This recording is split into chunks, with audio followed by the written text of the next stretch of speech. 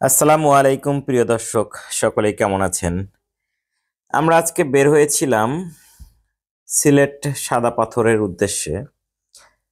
যাওয়ার পথেই আপনাদেরকে জানিয়ে রাখি, আমরা এই যে দেখতে পাচ্ছেন আমরা যে ট্রলারে উঠেছি, তো প্রথমেই ট্রলারে ওঠার আগেই এই ট্রলারের জন্য বা নৌকার জন্য টিকিট করতে হয়। নৌকাটি ভাড়া নিতে হয় 800 টাকা দিয়ে। আমাদের কাছে টিকিটে 800 টাকা নিয়েছে।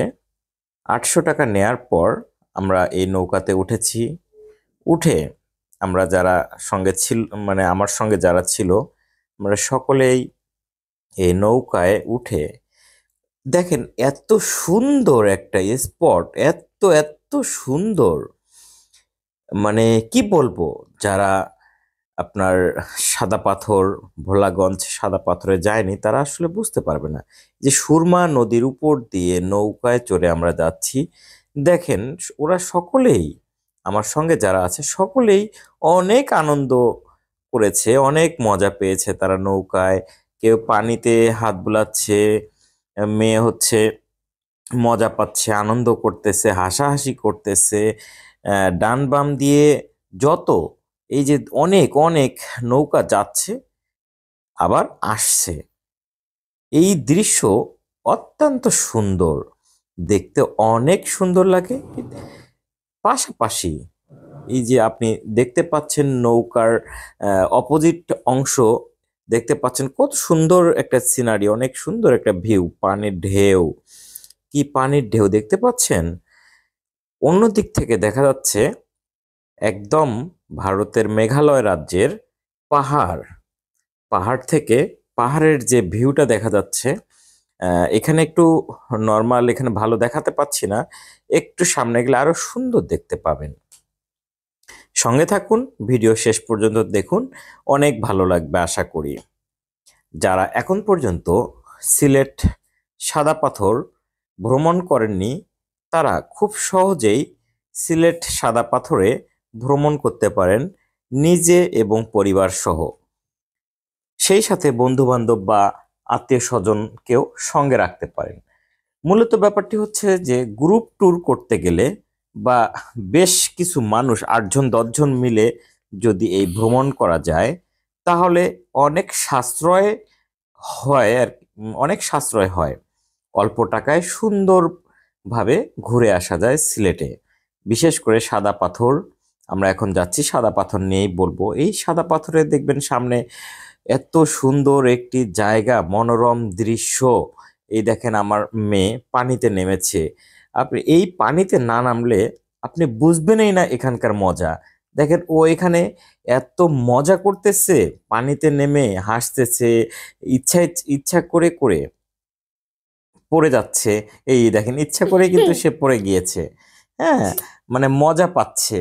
এই জন্যই আমি ভিজতে নিষেধ করতেছিলাম, কিন্তু এই জন্যই সে আমাকে বোঝাচ্ছে যে সে পড়ে যাচ্ছে, মানে মূলত আনন্দ করতেছে।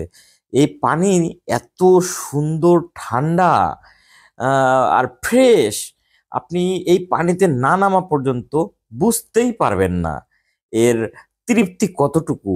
এই দেখেন ও আবারও মজা করতেছে, এখানে পড়ে গিয়ে ইচ্ছা করে করে পড়ে যাচ্ছে, পড়ে গিয়ে মজা করতেছে। আসলে এই পানিতে যারাই যাবে সবাই মজা পাবে। দেখেন কি ফ্রেশ পানি। সাইডে দেখেন মেঘালয় রাজ্যের পুরো পাহাড়টি সুন্দর দেখা যাচ্ছে, এবং এখানে যে বিল্ডিংটা দেখেছেন এটা হচ্ছে বাংলাদেশ সীমান্তের শেষ মসজিদটি, এই ভোলাগঞ্জ সাদা পাথরে অবস্থিত, একদম ভারতের পাহাড় ঘেঁষে বাংলাদেশের সীমান্তে অবস্থিত। দেখেন ওর নাম হচ্ছে আশফিয়া জামান আইফা। ও মাত্র 5.5 বছর বয়স, সে কত মজা করেছে, কত মজা করতে পারছে। লক্ষ লক্ষ মানুষ, আমরা শুক্রবারে গিয়েছিলাম, লক্ষ লক্ষ মানুষ এখানে অবস্থান করতেছিল। কেউ পরিবার নিয়ে, কেউ আহ আপনার হচ্ছে বন্ধু বান্ধব সহ গিয়েছে। এই যে মসজিদটির কথা বলেছি, এটা একদম পাহাড় ঘেঁষে বাংলাদেশ সীমান্তে অবস্থিত। এখানে আছে অনেক ছাত্রছাত্রীরাও গিয়েছে, বিভিন্ন প্রতিষ্ঠান থেকে গিয়েছে, কর্পোরেট প্রতিষ্ঠান থেকে এইখানে ভ্রমণ করতে গিয়েছে, আনন্দ করতে গিয়েছে, মজা করতে গিয়েছে। সেই সাথে যেহেতু আপনারা জানেন শুক্রবার শনিবার সরকারি ছুটি ছিল, শুক্রবার শনিবার আমরাও সেখানে অবস্থান করেছিলাম। শুক্রবার শনিবার এত পরিমাণ মানুষের ভিড় ছিল, যদিও বা এত পরিমাণ মানুষ থাকার কারণেই আনন্দটা সকলেই অনেক বেশি উপভোগ করতে পেরেছে। মানুষ যত বেশি থাকবে একটা জায়গায়, সেই জায়গাটা আসলে অনেক বেশি মজাদায়ক হয়ে ওঠে। কিন্তু আমি আসলে কথা বলতে পারছিলাম না, কেন জানি আমি বুঝতে পারছিলাম না যে আমি আসলে এই মুহূর্তে ভিডিও করতেছি আর কি বলবো আপনাদের সামনে। তাই বোবার মতো দাঁড়িয়ে দাঁড়িয়ে ভিডিও করতেছিলাম আর মানুষজনকে এবং সিনারি বা ভিউগুলো আপনাদের জন্য ধারণ করতেছিলাম ক্যামেরায়। দেখেন এই যে ওনারা পরিবার সহ এসে কত সুন্দর এই বয়সে এসেও মজা করে যাচ্ছেন। আপনারা চাইলেও খুব সহজেই সিলেট সাদা পাথর ভ্রমণ করতে পারেন খুবই সাশ্রয়ী প্রাইজে। যাতে আপনারা চেষ্টা করবেন 4 জন 5 জন 6 জন মিলে একটা গ্রুপ বানিয়ে সিলেট ভ্রমণে যাওয়ার জন্য।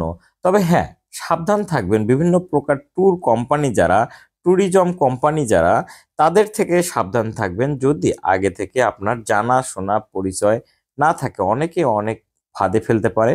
তাই নিজেকেই সাবধান থাকতে হবে এবং সাবধানে ভ্রমণে বের হতে হবে। ভালো থাকুন, সুস্থ থাকুন, সুন্দর থাকুন এবং আমাদের পাশেই থাকুন। ধন্যবাদ।